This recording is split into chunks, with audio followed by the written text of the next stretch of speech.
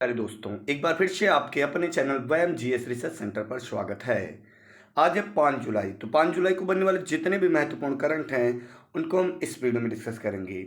चलिए स्टार्ट करते हैं पहले प्रश्न के साथ। तो पहला प्रश्न आपसे कह रहा है, हाल ही में भारत के सबसे बड़ा तैरता सौर ऊर्जा संयंत्र एनटीपीसी द्वारा किस राज्य में चालू किया गया है? तो भारत का सबसे बड़ा तैरता सौर ऊर्जा संयंत्र तेलंगाना राज्य में एनटीपीसी द्वारा चालू किया गया। किस राज्य में? तेलंगाना राज्य में। क्लियर है? तो बात आई है तेलंगाना। तो तेलंगाना 29वें राज्य के रूप में 2 जून 2014 को अस्तित्व में आया। क्लियर है? लेकिन वर्तमान समय में 28 राज्य और 8 केंद्र शासित प्रदेश हैं। क्लियर है? तो यहाँ पर आपको देखना है कि तेलंगाना किससे अलग हुआ था।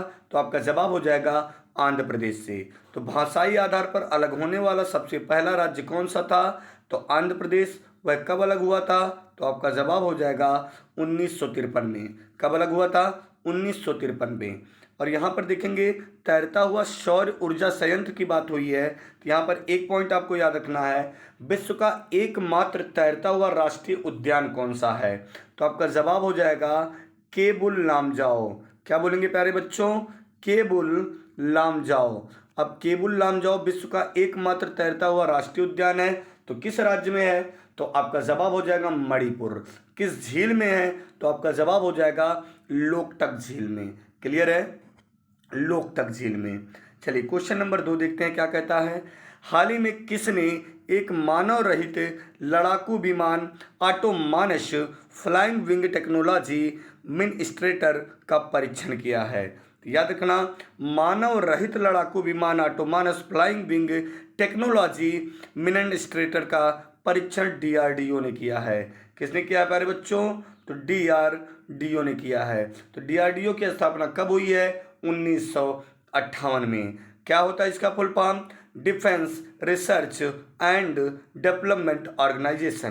क्या हो जाएगा? Defence research and development organisation. Clear है? और डीआरडीओ की स्थापना हुई है 1958 में। क्लियर है? तो मानव रहित लड़ाकू विमान का परीक्षण किया है डीआरडीओ ने।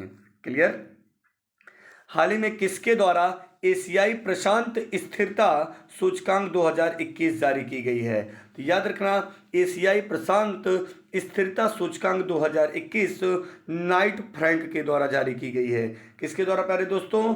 तो नाइट फ्रैंक के द्वारा जारी की गई है। याद रखना, नाइट फ्रैंक के द्वारा एशिया स्थिरता जारी किया गया, जिसमें 4 भारतीय शहरों कौन कौन से?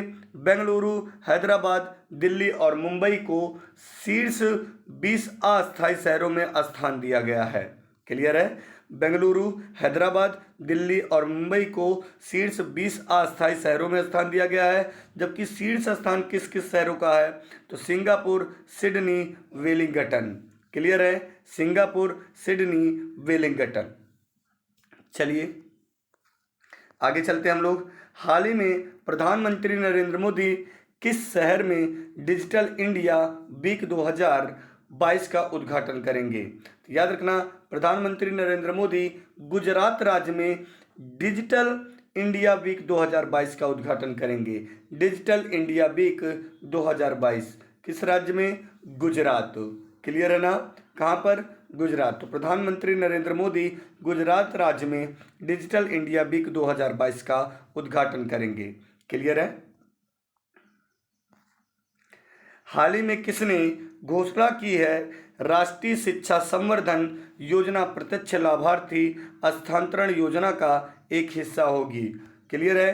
तो कह रहा है राष्ट्रीय शिक्षा संवर्धन योजना प्रत्यक्ष लाभार्थी हस्तांतरण योजना का एक हिस्सा होगी। किस योजना का एक हिस्सा होगी? तो कौशल विकास और उद्यमिता मंत्रालय का। किसका? कौशल विकास और उद्यमिता मंत्रालय का एक हिस्सा होगा।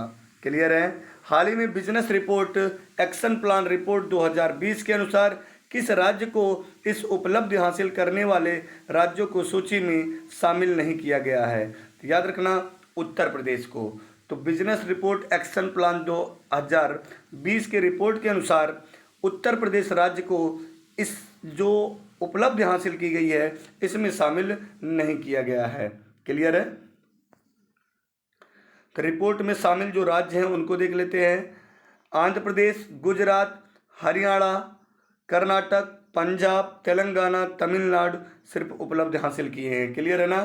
कौन कौन से? आंध्र प्रदेश, गुजरात, हरियाणा, कर्नाटक, पंजाब, तेलंगाना, तमिलनाडु। क्लियर? तो याद रखना आप लोग, इसका स्क्रीनशॉट जरूर ले लेंगे। संयुक्त राष्ट्र आवास की विश्व शहरों की रिपोर्ट 2022 के अनुसार 2035 में भारत की शहरी आबादी कितना रहने का अनुमान है? तो आपका जवाब हो जाएगा 675 मिलियन। कितना? 675 मिलियन। 1 मिलियन में 10 लाख। आप ध्यान देंगे। चलिए, हाल ही में किस राज्य सरकार द्वारा नारी को नमन योजना शुरू की गई है? मोस्ट इंपॉर्टेंट प्रश्न है, ध्यान रखिएगा। जितना भी महिलाओं के सशक्तिकरण से लेके प्रश्न रहेंगे वह जरूर आपके एग्जाम में बनेंगे।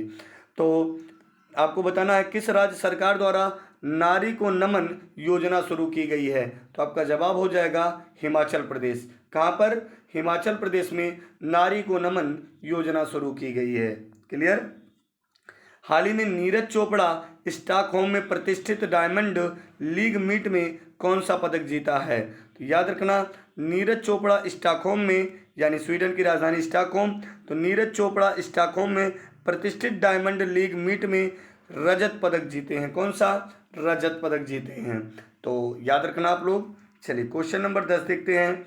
हाल ही में भारतीय सेना और वायुसेना के द्वारा एक साथ दिल्ली के द्रास तक कौन सा अभियान शुरू किया गया है? तो आपका जवाब हो जाएगा साइकिलिंग अभियान शुरू किया गया है। भारतीय सेना और वायुसेना के द्वारा दिल्ली से मद्रास तक साइकिलिंग अभियान शुरू किया गया है। क्लियर है दोस्तों? चलिए, प्रीवियस डे का रिवीजन करते हैं। उद्यमी भारत कार्यक्रम में रामपी योजना का शुभारंभ किसने किया? तो आपका जवाब हो जाएगा तत्कालिक प्रधानमंत्री नरेंद्र मोदी जी। क्लियर है? भारत के किस राज्य में यूरेनियम की खोज हुई है? तो याद रखना, भारत के राजस्थान राज्य में यूरेनियम की खोज की गई है। और अब भारत में 3 राज्य ऐसे हो गए हैं जहां पर यूरेनियम पाया गया, यानी आंध्र प्रदेश, झारखंड, राजस्थान। उम्मीद करते हैं दोनों प्रश्न सही कमेंट किए होंगे आप लोग। भारतीय विमानपत्तन ने किस राज्य के साथ समझौते पर हस्ताक्षर किया? तो आपका जवाब हो जाएगा उत्तर प्रदेश। किस राज्य के साथ?